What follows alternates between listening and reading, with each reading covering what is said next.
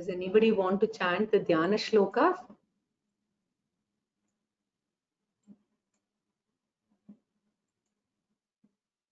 You're self-muted, Katpagam. Go ahead. Namaste. Namaste.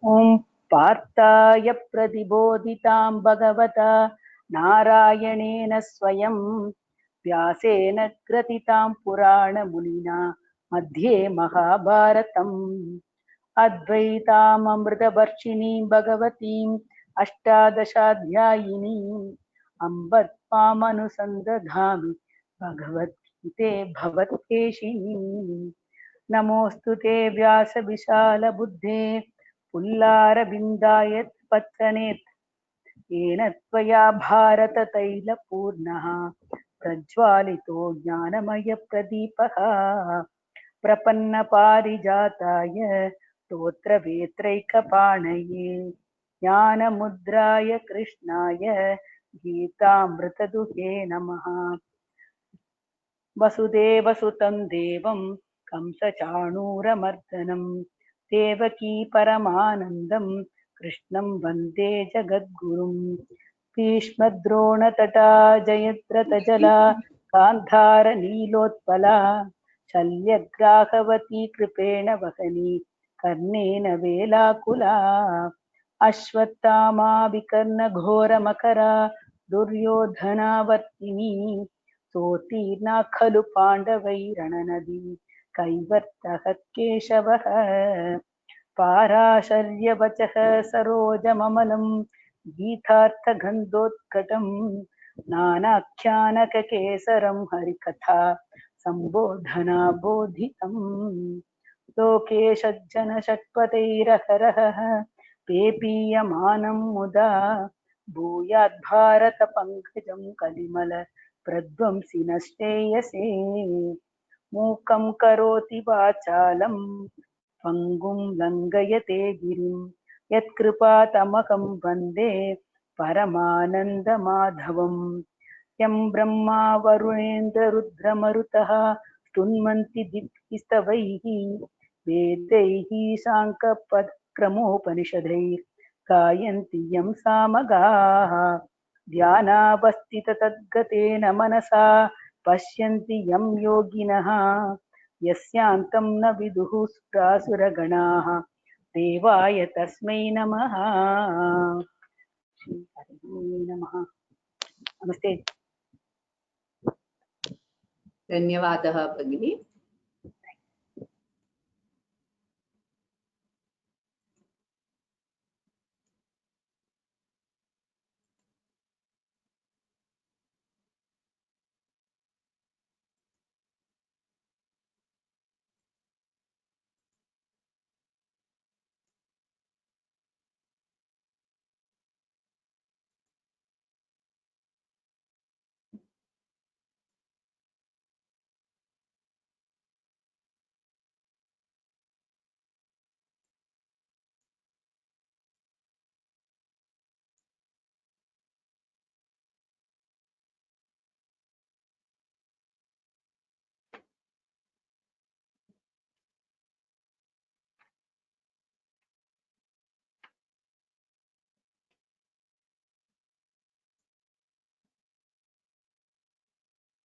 Parvati Bhagini, you're self-muted. Would you like to repeat after me? Because today is the first day. I thought I could, chant and then I need somebody to repeat. Can you do that? Sure, Bhagini, we'll do that. No problem. So you can chant, no problem, today. I will chant. No, I need somebody to repeat. So if you don't repeat after me, okay? Sure. Thank you so much. Because it will be better for people to practice, right? Today being the first day. That is right. Okay. Give me half a second.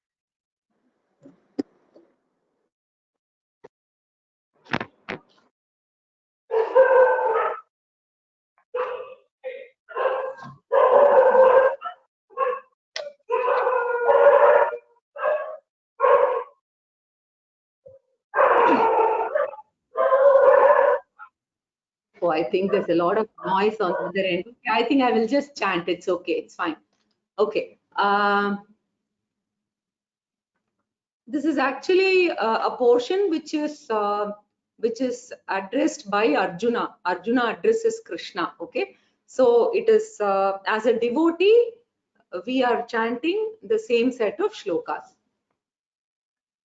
स्थाने हृषीकेश तव प्रकीर्त्या जगत्प्रहृष्यत्यनुरज्यते च रक्षांसि भीतानि दिशो द्रवन्ति सर्वे नमस्यन्ति च सिद्धसङ्घाः कस्माच्च तेन न मेरन्महात्मन् गरीयसे ब्रह्मणोऽप्यादिकर्त्रे अनन्तदेवेश जगन्निवास त्वमक्षरं सदसत्तत्परं यत् त्वमादिदेवः पुरुषः पुराणः त्वमस्य विश्वस्य परं निधानम् वेत्तासि वेद्यं च परं च धाम त्वया ततं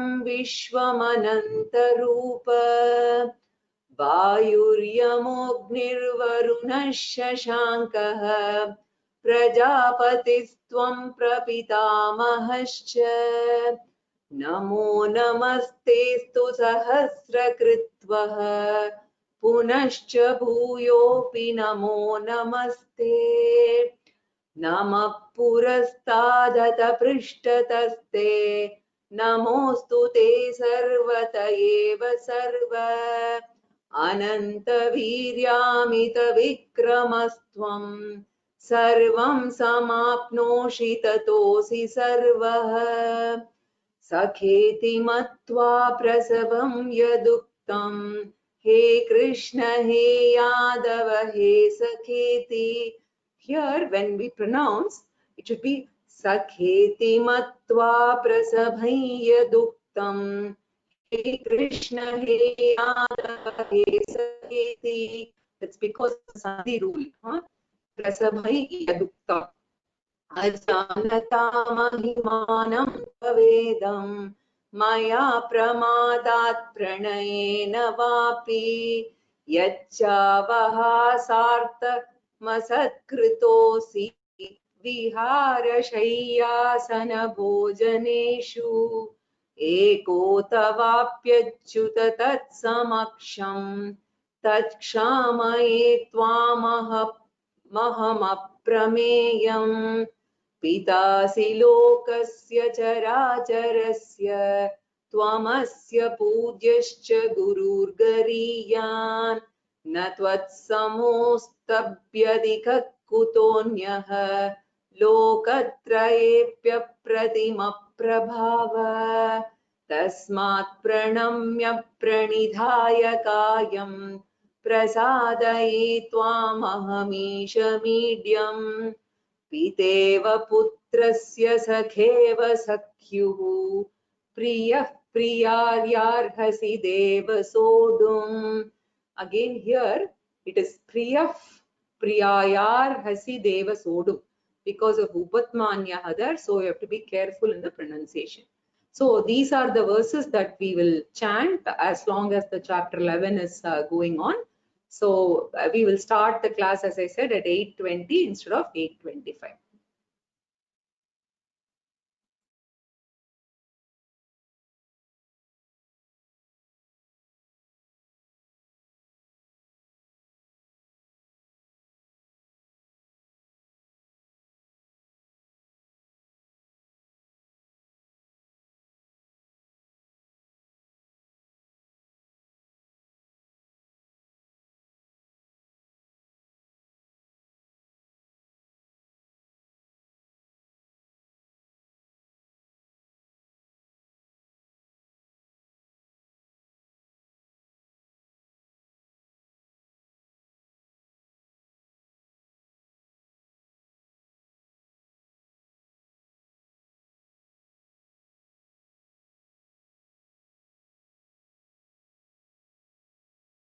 I hope you can all hear me.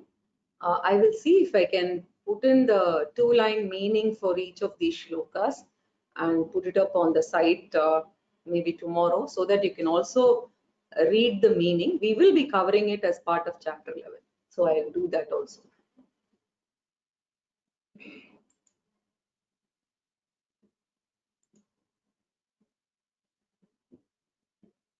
Okay, somebody says here that in the 41st shloka, I could not hear the explanation that you made. Yeah, I will tell you. There is a rule for Upadmaniya. So, in the 41st verse, when we say, yeah, okay, this was the 41st verse. 41st verse, Saketi Matva Prasabham Yaduktam. But when you read Saketi Matva Prasabhai Yaduktam, you should pronounce because of the Sandhi rule. Okay. So that is what I said in verse 41. Verse 44 was the Upadmaniya rule. That is when Priyaha and then you have Priya, it will be Priya, Priya. Priya, F sound will come. So I just wanted to make sure that I stopped at these two. The rest of it is all normal pronunciation. Thank you.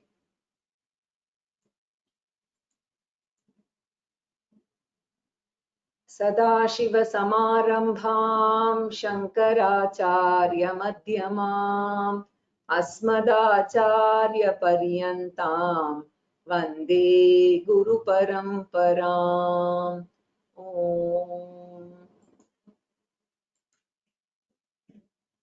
Param varishtham brahmishtham paramanandarupinam paramarthanandayatim sadgurum pranatosmyaham.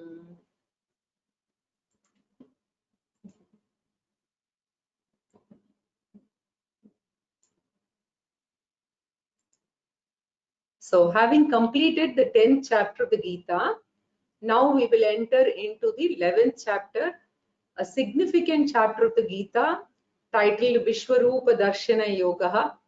The significance of this chapter can be fully grasped only if we remember the teaching given in the previous chapters, especially the 7th, the 9th, and the 10th.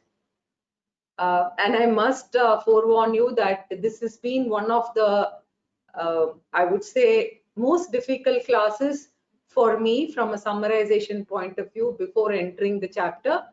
I have spent a lot of time because I needed to make sure that I communicated all the important concepts before entering this chapter.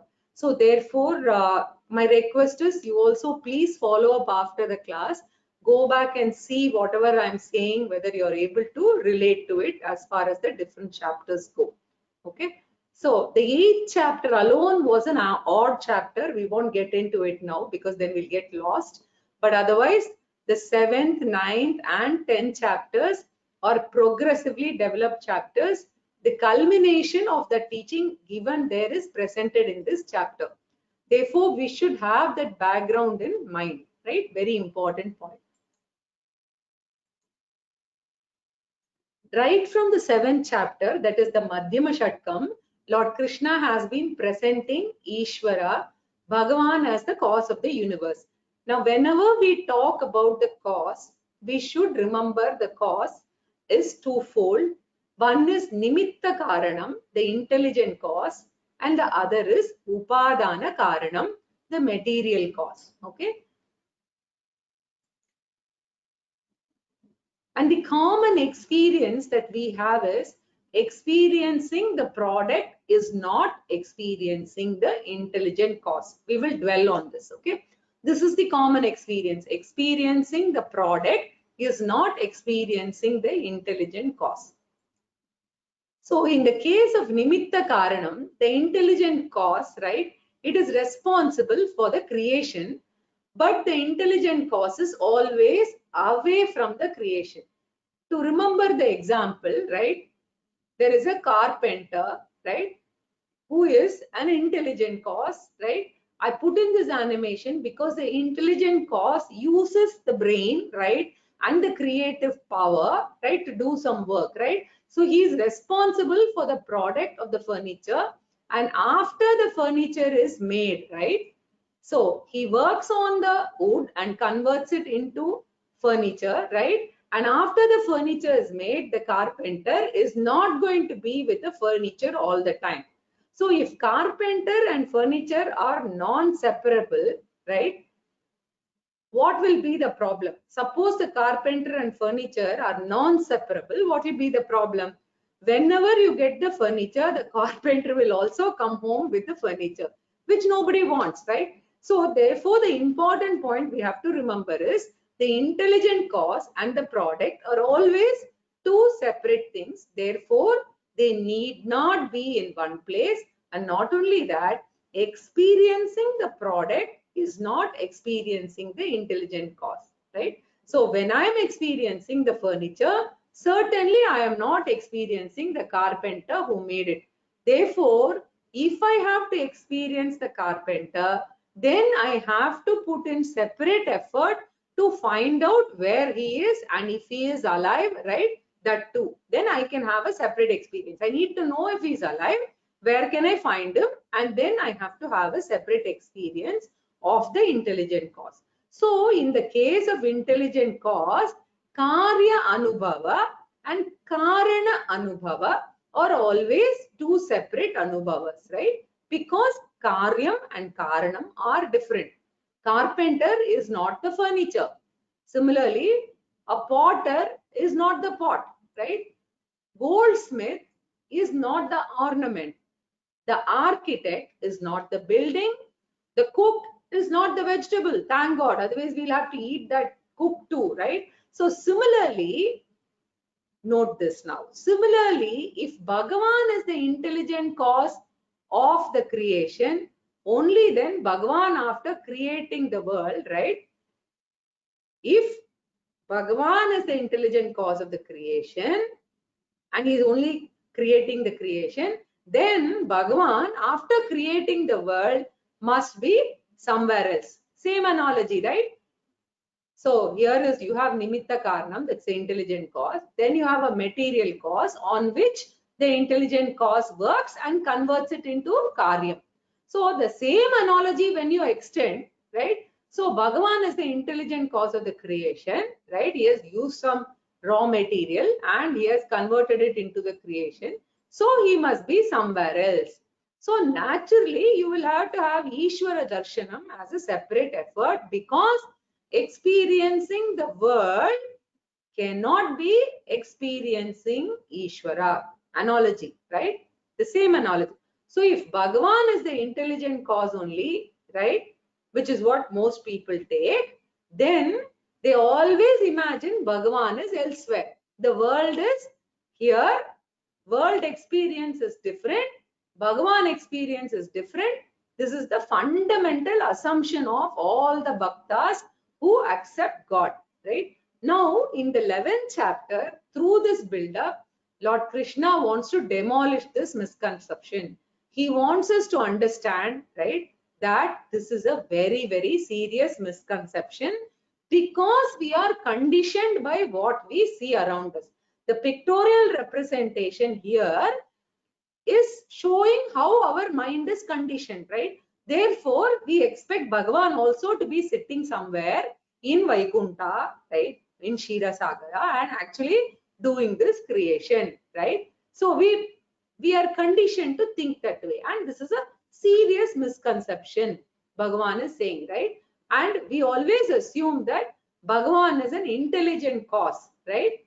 So he has created the world exactly like carpenter or goldsmith, right? Now Lord Krishna is trying to change that. He's trying to remove the misconception, right? So from the 7th chapter, Lord Krishna has been pointing out that not only he is the intelligent cause of the creation, he himself consists of para and apara prakriti, consciousness and matter mixture. He himself is the very raw material out of which the world is manifested. So Bhagavan is not only the intelligent cause, but he is also the material cause. Once we understand this, the natural corollary is material cause alone is appearing in the form of all the products, right? So take the example of spider. Okay, so Mundaka Upanishad gives this example, okay, in the Shastras, right? So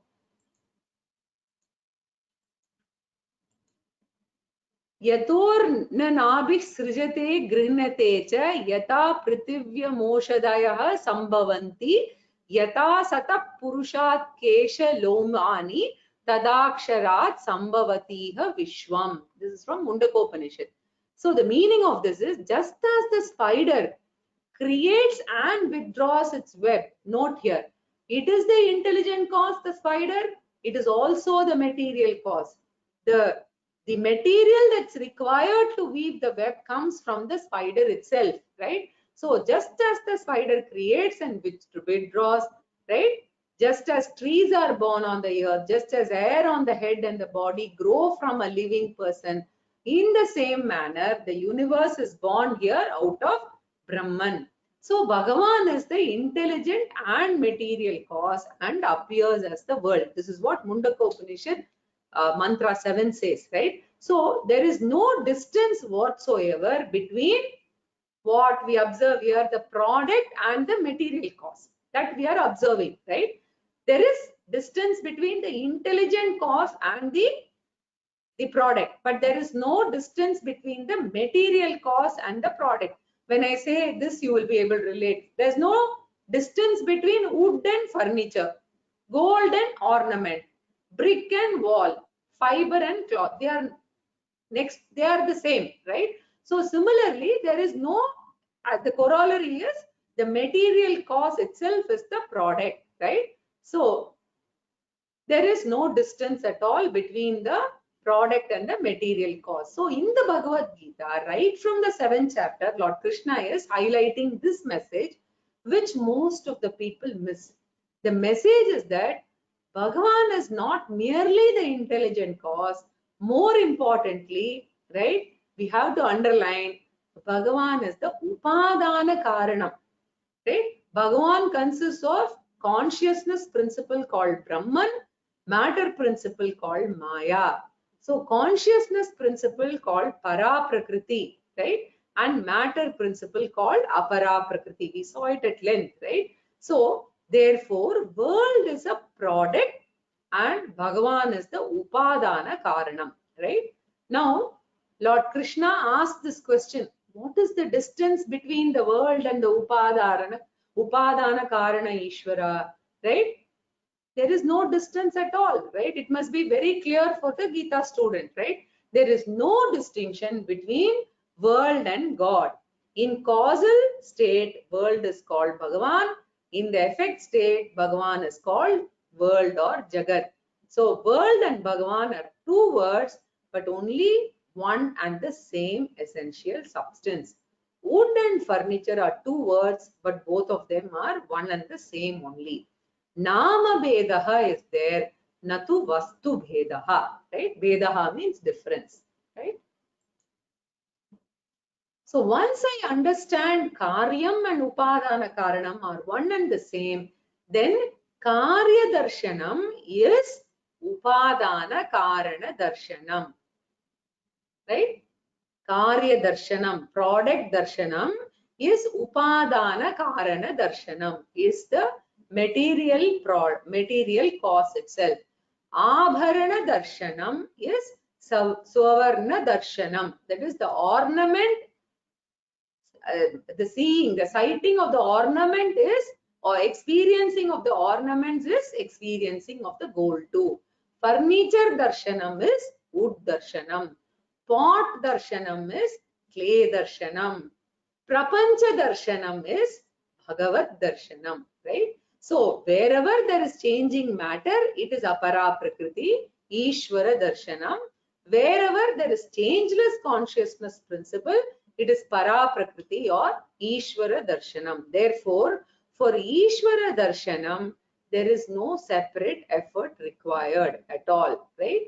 So when a person has got a bunch of ornaments in the hand and somebody talks about gold being the Karanam for the ornaments. And this guy keeping the ornaments aside, he says, I am searching for gold, right? How ridiculous that effort would be.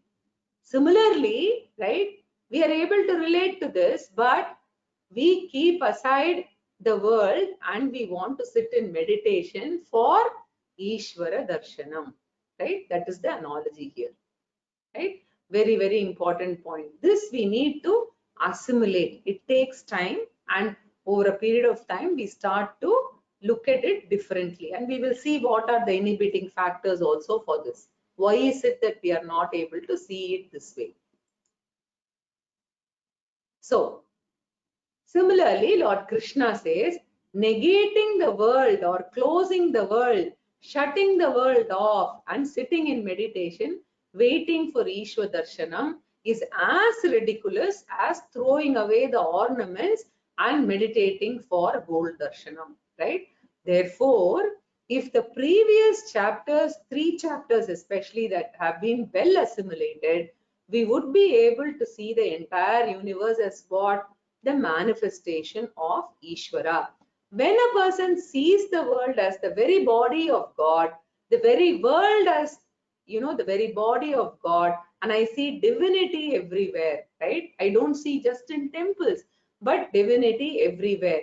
So the appreciation of divinity in the very perception of the world is called Vishwarupa Ishvara Darshanam, right? So when you hear of Vishwarupa Ishvara Darshanam, you think it's such a big word.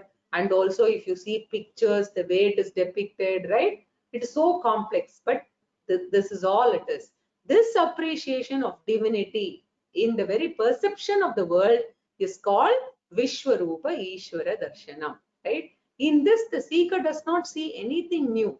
In Vishwarupa Darshanam, a person sees the same old world with new eyes, right? Divya Chakshuhu, Krishna refers to this, right? But Divya Chakshuhu is not some, new goggles that you wear in for a 3D movie and see it differently, right? It is your own eyes, your perception based on how your mind has changed. We will see that, right? So the same world is seen differently and experienced differently. Sarvam Vishnumayam Jagat, Sarvam Krishnamayam Jagat, or it can just be from here you go towards Sarvam Ishwaramayam Jagat, right?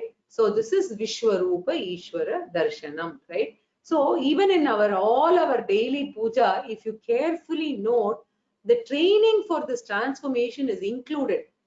But since we don't have time to understand the meaning, we are not able to relate to this. For instance, he has a small murti, the person, the grihastha who is doing the puja, right? And he is doing Shodachopachara mantra. He chants, Lam Pritivyatmane Gandham Samarpayami. Oh Lord, I am applying Gandha on your forehead, even though you are seen as a murti. You are not a small idol, but you are in the form of Pritivyatmane Gandham Samarpayami. You are in the form of earth. हम आकाशात्मने पुष्पं पूजयामि, यं वायुवात्मने धूपमाद्रापयामि, रम अग्न्यात्मने दीपं दर्शयामि, वम अमृतात्मने अमृतं महानैवेद्यं नैवेदयामि. Then you of course say, you end it with jalam, like you say vam jalatmane, amritam is in the form of jalam, sarvatmane sarvopachara pujam samarpayami, right? Finally, so we are learning to actually start seeing, right, Ishvara as Vishwarupa Ishvara even in our daily puja. But because we don't understand the meaning, that is where we have a problem. The mantra says the Panchabhutas are not Panchabhuta, but they are actually Panchabhuta Ishvara. So even before chanting Vishnu Sahasranamam, this is the beauty of Vishnu Sahasranama Dhyana Shloka, right? Now that I have given you the carpenter and wood analogy, right? So the first Dhyana Shloka goes, Shirodanvat Pradeshe Shuchimani Vilasat Saikate Moktikanam, right? So there Bhagavan is that intelligent cause, the carpenter. Shira Sagara Shayana, He is lying down in the Shira Sagara, in the ocean, right? That is the shloka where Bhagavan is seen as intelligent cause, the carpenter sitting beyond the cloud, right? But immediately after that, Bhagavan is the very raw material. Bhagavan alone is in the form of creation. There is a Dhyana shloka immediately after that, right? Bhupado yasya nabir vyada suranila chandra suryo chanetre. When I'm experiencing the year, I'm experiencing the feet of the Lord. That is the bhavana that I entertain because of this knowledge. Which knowledge? That Bhagavan is Upadana Karanam. Bhuvpadau yasya nabhir vyada sura nilash chandra suryaucha netre. When I am experiencing the sun and moon, I'm experiencing the eyes of the Lord, right? When I'm experiencing the wind in Taittiriya Upanishad, we say, oh, we pray in the mantra, Om Namo Brahmane Namaste Vayo Tvameva Pratyaksham Brahmasi. The Pratyaksha Vayu, Namaste Vayo. When I'm breathing, I'm in contact with the Lord, right? So there must be total internal attitudinal transformation based on the understanding that Bhagavan is Upadana Karanam. And there is no difference or distance between Upadana Karanam and Karyam. Upadana Karana Karyayoho Madhye Vedaha Nasti. There is no time difference, not space difference also. This attitudinal change alone is going to be presented in this chapter as Divya Chakshuhu, right? This attitudinal change is called Divya Chakshuhu, by which I change my ordinary goggles to Gita goggles. When I have ordinary spectacles, I have Vishwa Darshanam. When I have Bhagavad Gita spectacle, it is not Vishwa Darshanam, but Vishwarupa Ishvara Darshanam. Right? Now, this is going to be very, very dramatically presented by Lord Krishna or by Vyasacharya in the 11th chapter. How Arjuna changes his internal vision with the help of Lord Krishna, and how he sees the very same universe as the wonderful body of Ishvara. This is going to be the development of the 11th chapter. Okay, with this background, we'll enter the 11th chapter.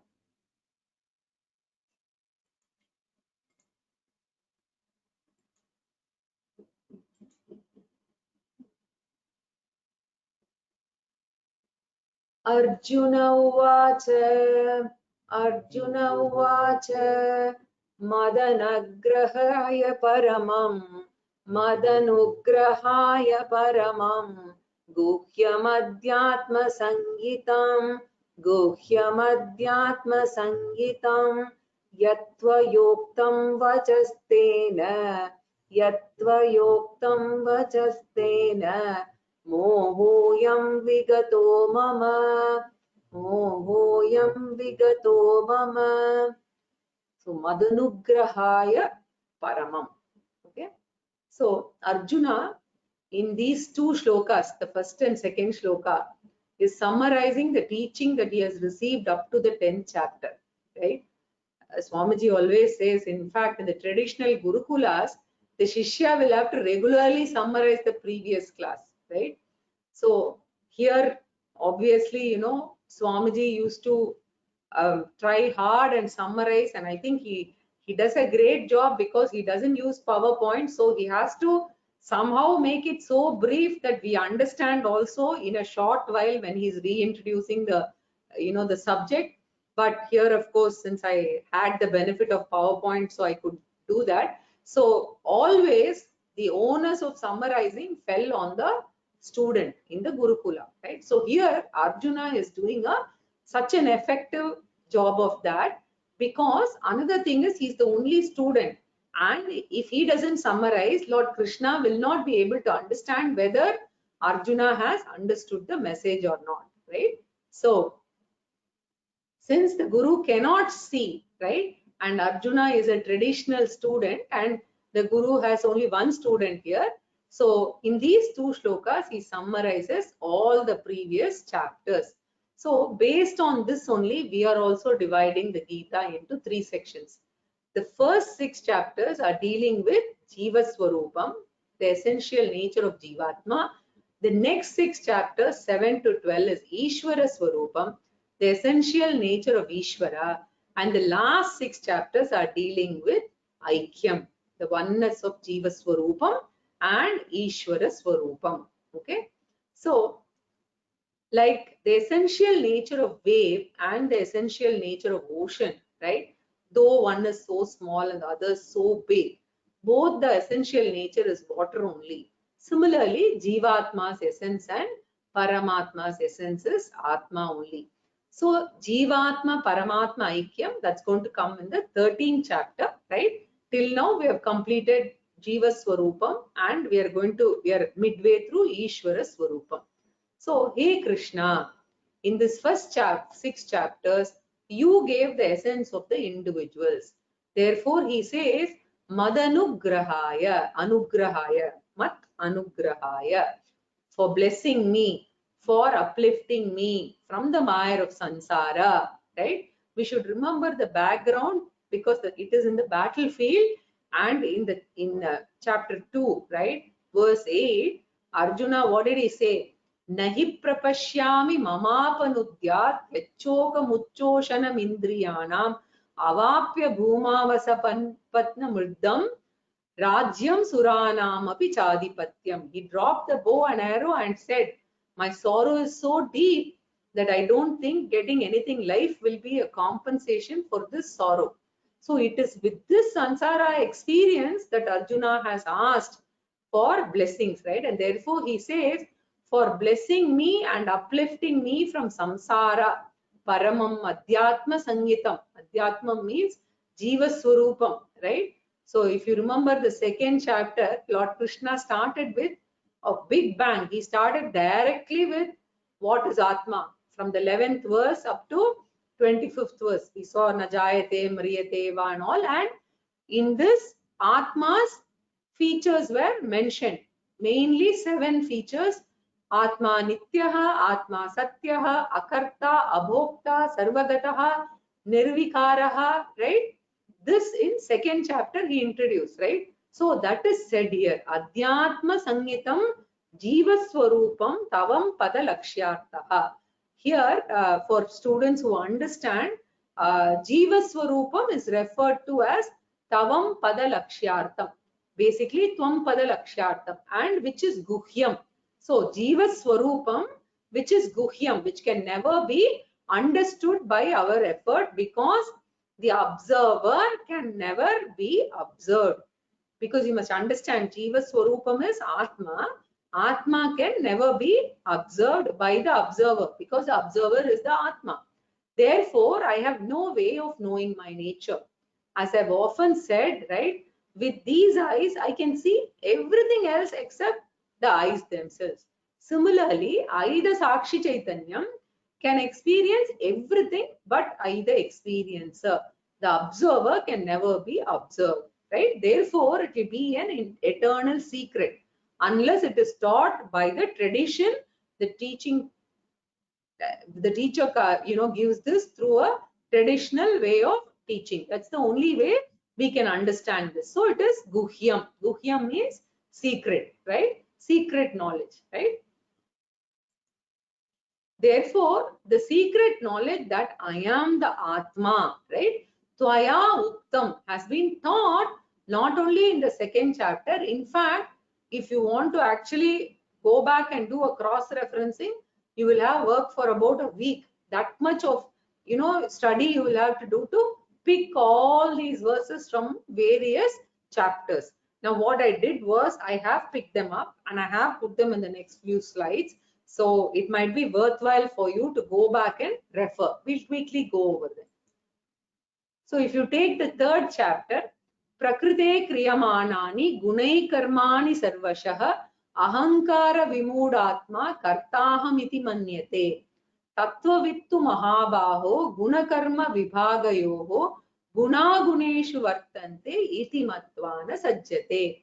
So the essential nature of Atma is talked about, right? This we saw in the third chapter. Under all conditions, actions are done by the gunas of Prakriti. He whose mind is deluded by Ahankara considers I am the doer. Note the word deluded by ahankara. That is why he thinks he is the doer. Okay.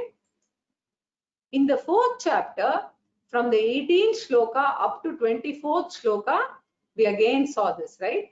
Karmanya karma yapashyet akarmani cha karmayah.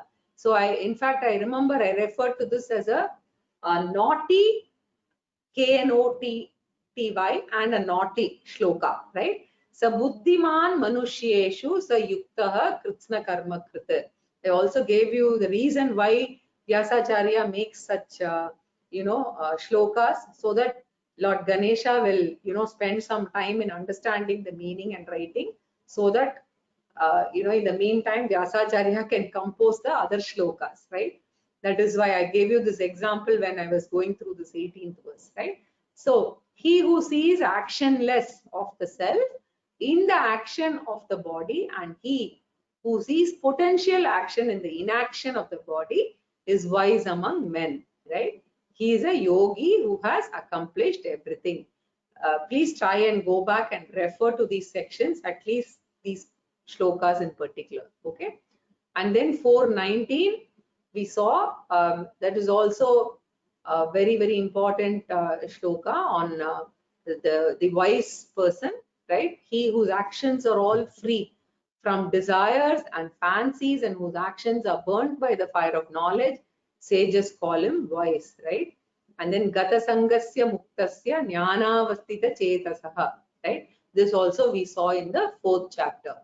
We also saw the very important shloka, which is Brahmarpanam Brahmahavi, Brahmahno Brahmanahutam. Everything is Brahman. The ladle is Brahman, offering is Brahman. It is offered into the fire of Brahman by Brahman. We saw this also. And in the 5th chapter, in the 13th shloka, we saw Sarva Karmani Manasa Sanyasyaste Sukham Vashi. Renouncing all actions through knowledge, the self-controlled person, right, comfortably remains in the city of 9 gates, right, without doing any action. 9 gates refers to the sense organs. Okay, I'm not getting into the meanings because then, all what we've done, I'll have to go through again. And in the 6th chapter, Atma Swarupam was again talked about in verse 29, right? One whose mind is disciplined through meditation perceives the Atma in all beings and all beings in the Atma. He has this same vision everywhere, right? So I just put them all together in one slide. You can take a look at it. Maybe you can take a printout and keep. So thus in the 6 chapters, or essentially leaving aside the 1st chapter, okay, 5 chapters, the Atma, the essential nature has been beautifully taught. So Arjuna says here, hey Krishna, I remember all of them. So Tvaya Voktam Vachaha, by your wonderful teaching, right? Tena, because of this, I am Mama Mohaha Vigataha. My delusion with regard to the individual Jivatma is gone, right? But in the first 6 chapters, Ishvara Swarupam has not been talked about. The first 6 chapters focus only on the individual, whereas from the 7th chapter, if you remember, Lord Krishna started with a big bang in the 7th chapter. Shri Bhagavan Vacha, he said, Maya Saktamanah Partha Yogam Yunjan Madashrayah Asanshayam Samagram Mam Yatha Gnasyasi Tachrunu. I have talked about you, the Jiva, until now. Now I want to talk about me, not Mr. Krishna, me, the creator of the whole universe. May you thoroughly understand Ishvara Swarupam. Thus, Mohoyam Vigataha is Jiva Swarupa Moha Vigataha. So the first verse is a summary of the 6 chapters, right? In one shloka, he has kept the essence of all the 5 chapters, is encapsulated in one shloka, right? So Arjuna said, the supreme secret teaching named Adhyatmam has been imparted by you for blessing me. This delusion of mine has gone by that. So he does not have any delusion with respect to Jiva Swarupam, right? So now, what about the other chapters 7, 9 and 10? 8 is an odd chapter, right? 8th chapter talks about Prayana Kale you should remember Ishvara, etc. Right? So that is going to be summarized in another one shloka. 8th chapter we are not going to discuss here. 7, 9 and 10 is going to be summarized in the next shloka. We will read that.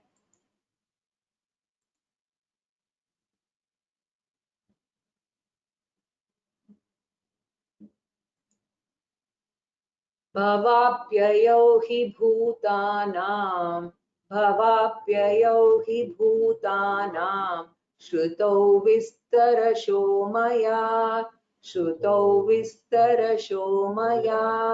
त्वत्तः कमलपत्राक्ष माहात्म्यमपि चाव्ययम्.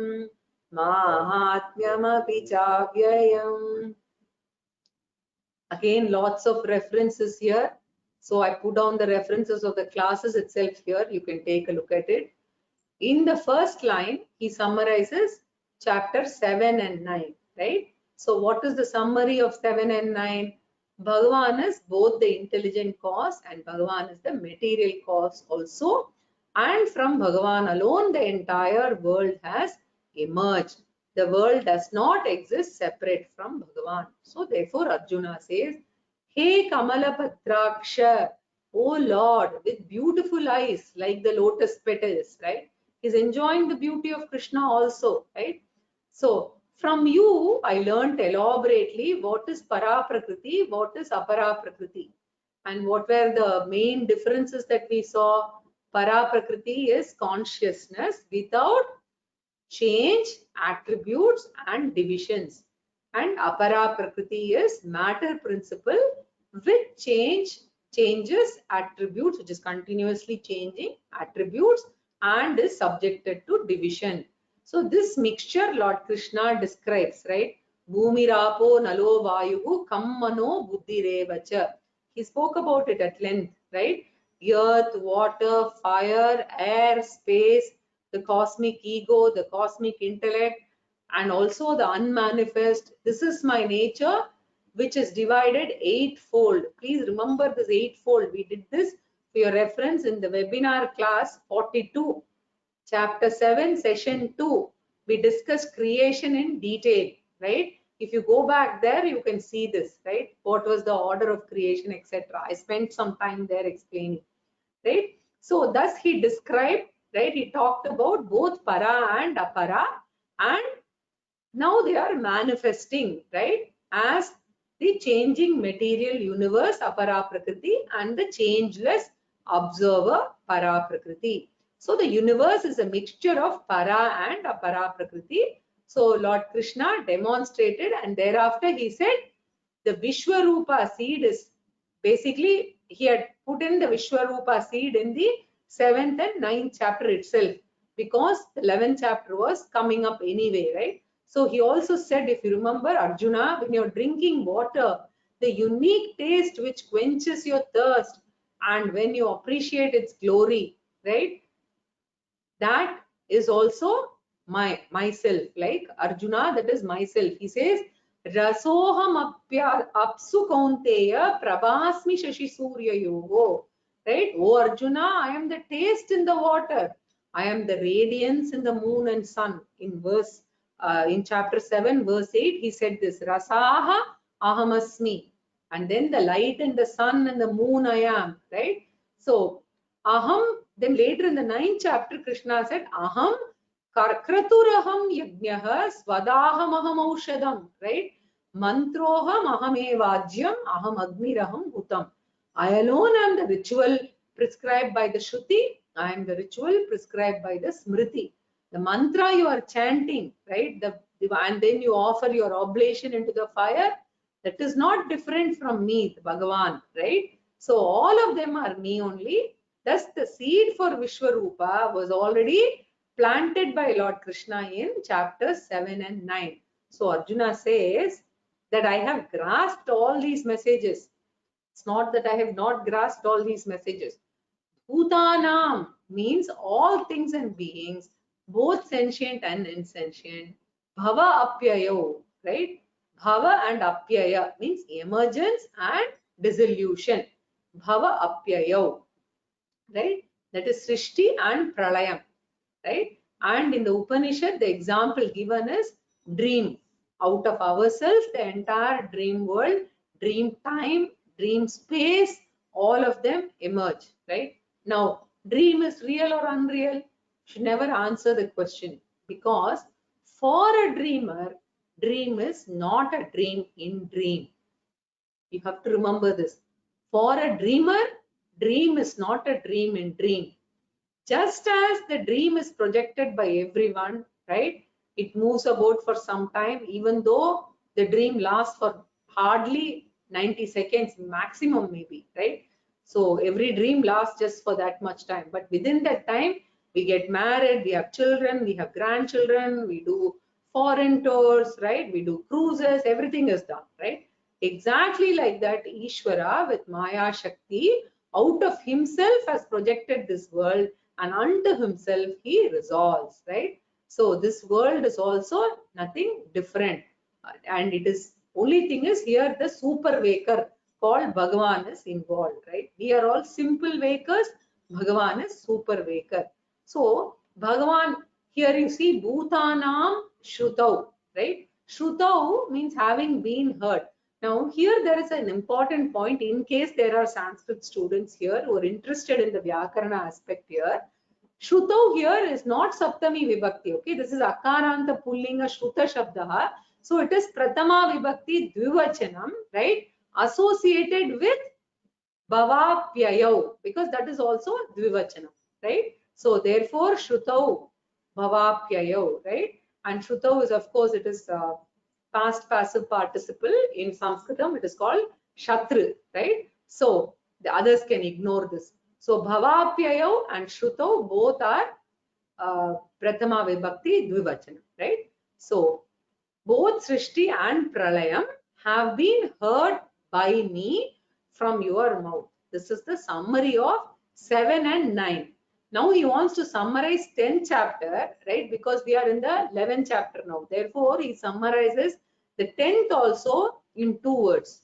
Avyayam Mahatmyam api. Your inexhaustible glories. Avyayam means infinite. Endless, inexhaustible. Mahatmyam means vibhuti.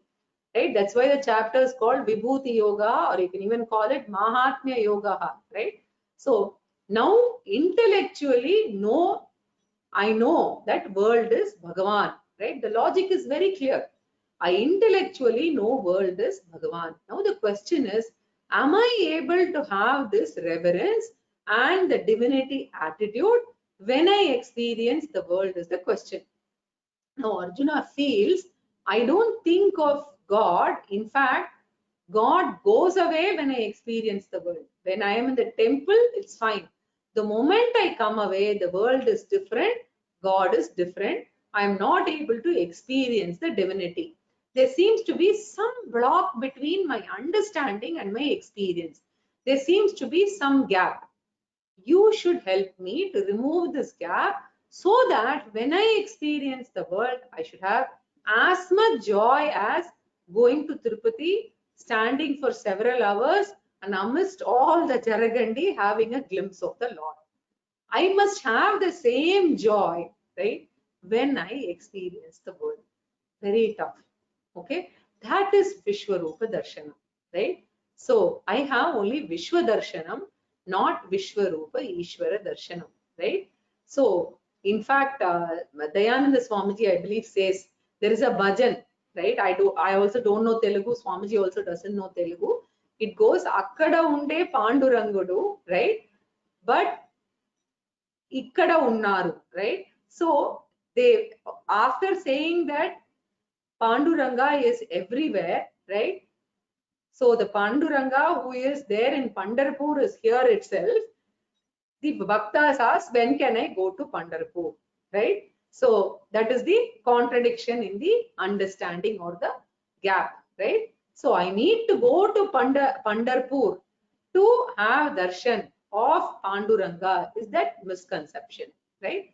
I have to go stand in queues and have a darshanam is the misconception. If I'm able to see the world as God, that is Vishwarupa Darshanam, right? So So the world is in fact an avatara. In Uddhava Gita, Krishna says, the first avatara of Bhagavan is the universe.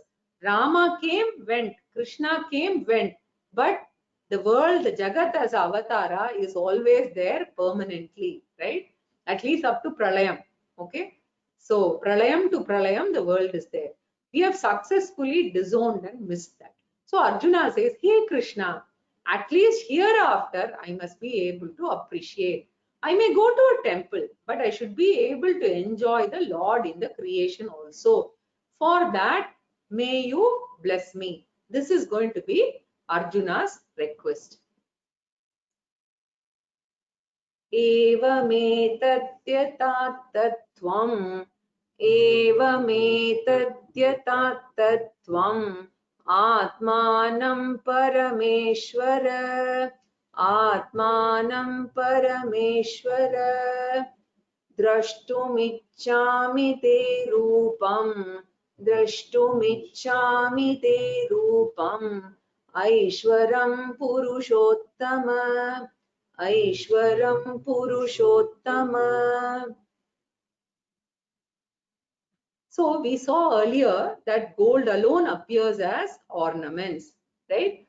Wood alone appears as furniture. Karanam alone appears as karyam. We saw that, right? And we also see that we have these, sculptures in Mahabalipuram, etc., with the stone they make, right?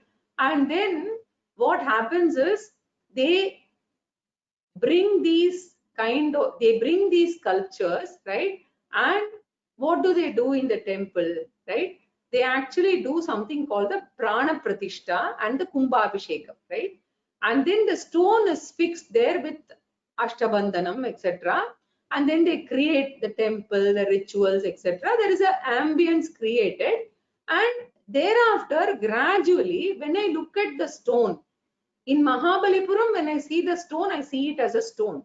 But once it is in the temple, I see it as slowly, reverentially, once the Prana Pratishta is done, the Kumbhabhishekam is done, I see the same idol as Kapalishwara, Ratnagirishwara, Marundishwarar, etc. Right? And then I offer Naivedyam, etc. So it works slowly, right? Yadrisi bhavana yasya siddhir bhavati sadrishi. My very bhavana, right, brings the all-pervading Lord into that vigraha, and I am able to relate, and the Lord blesses me. For me, it is Ishvara. Now, there could be a foreigner who has basically no exposure to Hinduism or doesn't value any of these. For him, there is no bhavana. He doesn't treat this as Ishvara, right? So, what Vishwarupa Ishvara Darshanam is attempting to do is, just as we change the bhavana with regard to that stone, may you change the bhavana with regard to the entire universe, which is like Shivalingam or which is like Shaligramam. The only advantage in the temple, right, is that we've got an external ambience created by bhaktas and chanting and abhishekam, and therefore we get external assistance. With regard to the world, who will build a temple for the world? It's not possible, right? We are bringing about the same transformation with regard to the world also, right? So once the bhavana transformation is made in the temple for me, then I don't see the stone as a stone, right? So now what Lord Krishna is trying to teach us is, we should have the same fulfillment as seeing Nataraja in Chidambaram or Kedarnath or Badrinath.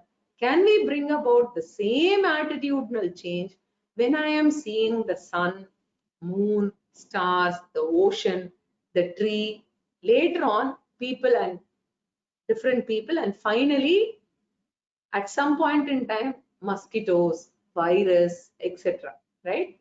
So that is divinization of the world. That is our project, right?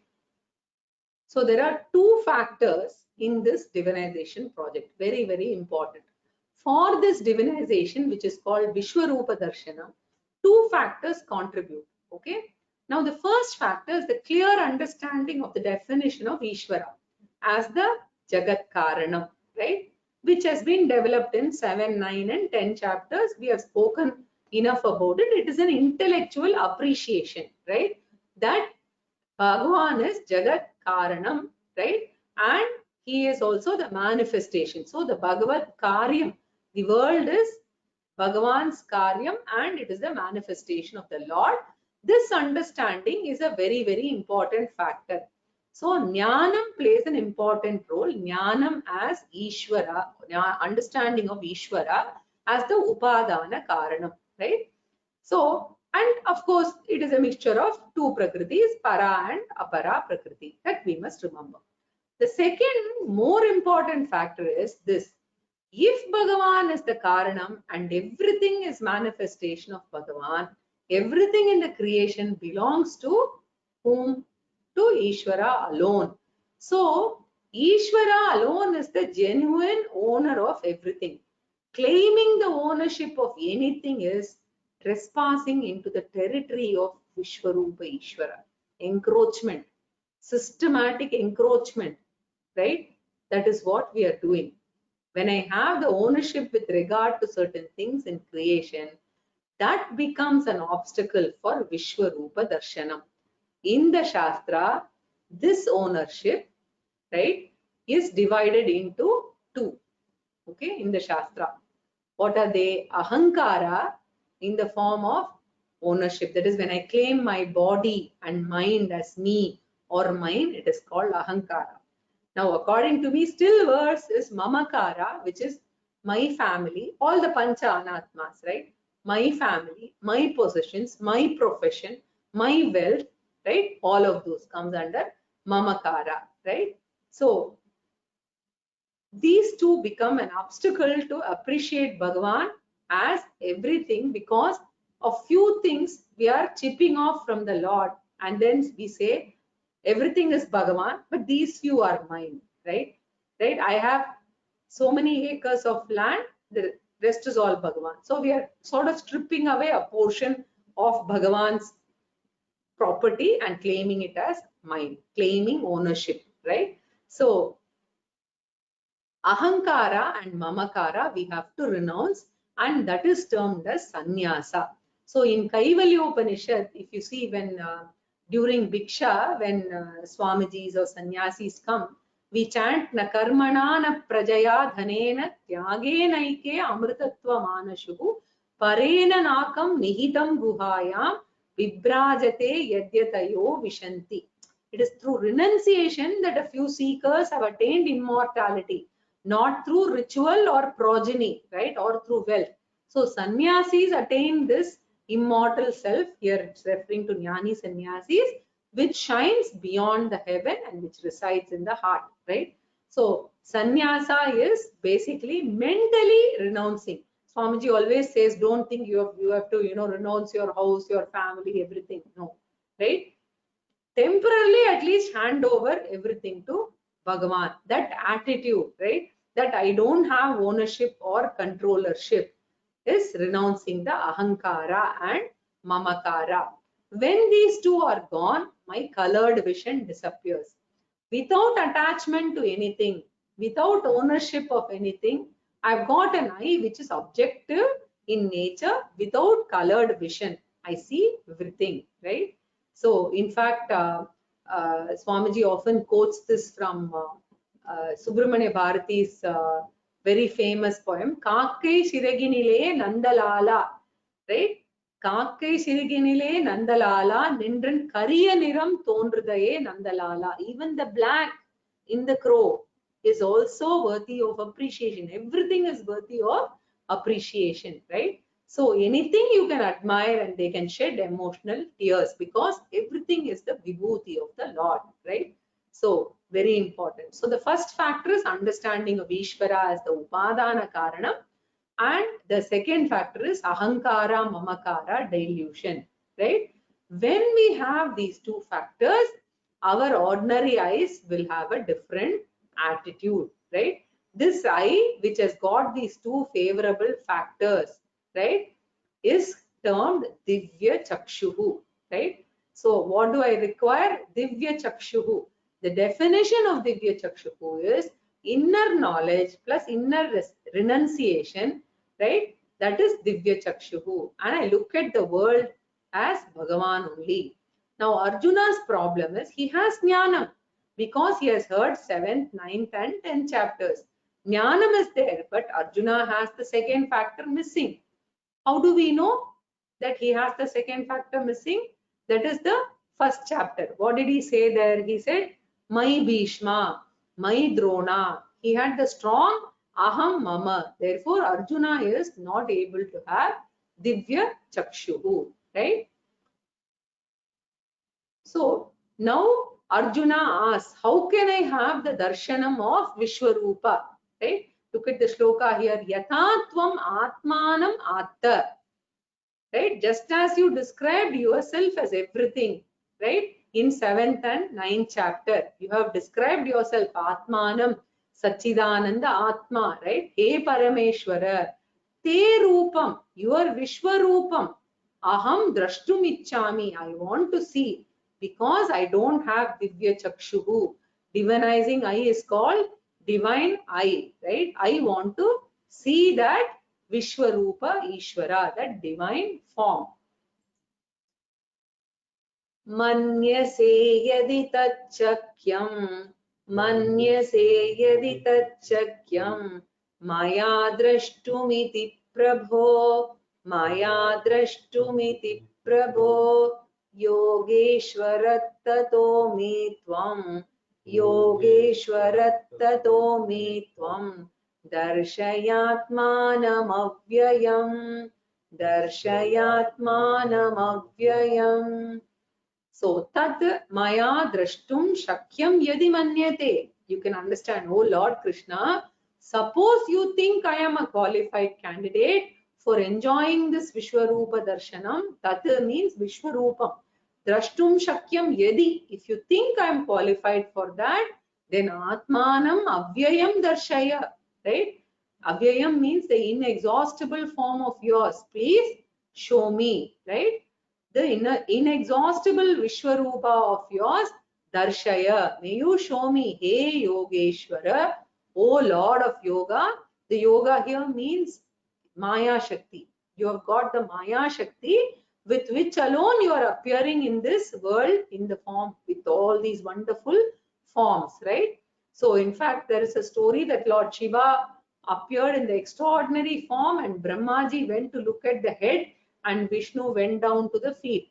Both were not able to see, right? Because to show that the cosmos is endless, right? So all the Puranic stories actually show us only this, that the cosmos is limitless. Millions of light years are there, right? So thus here, the first 4 shlokas, what have we seen? Arjuna's request for Vishwarupa Darshanam, right? So in this shloka also he is saying, if you consider that it can be seen by me, what can be seen? Vishwarupa Ishvara Darshanam can be seen by me, then please show me your inexhaustible form. Give me Divya Chakshuhu to see this. Symbolically, remove my Ahankara, Mamakara to visualize you. That's what it actually means, right? And Lord Krishna is going to respond to this from verse 5 up to verse 8, which we will see in the next class. Purnamada Purnamidam Purnat Purnamudachyate Purnasya Purnamadaya Purnamevavashishyate. Om Shanti Shanti Shanti. Just a small point. In case you have questions, please definitely raise your hands or put in your questions. And what I'm thinking is, if the question pertains to today's class and can be responded, I will do it immediately. Otherwise, I will add it in the slide in the next week. Okay. So let me see if there are any questions here. No. Anybody wants to ask any questions, you can raise your hand. I know there was a lot today. You would have to go back and revise this, because I tried to do my best, but I know there was a lot packed.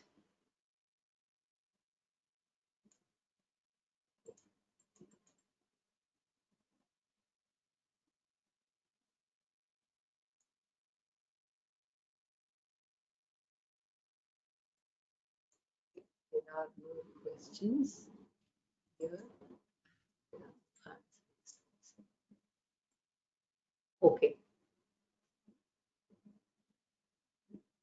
So next week onwards, as I said, we'll start at 8:20. We'll first chant the Dhyana Shloka and then the Rakshognaha Shloka. Hari Om.